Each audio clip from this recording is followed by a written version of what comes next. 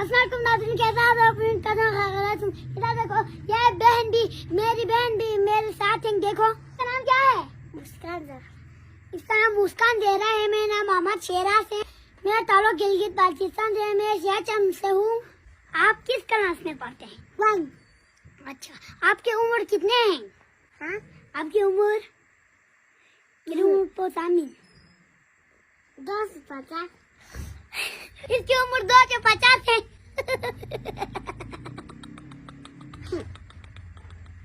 इधर देखो, इसकी उम्र 250 है मेरी बहन।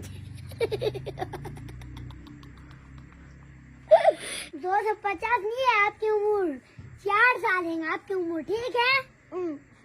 आपके अब्बू का नाम क्या है? आपके अब्बू का नाम? अभी मैं ताकुचीन अब्बा। आपके अम्मी का नाम? अम्मा।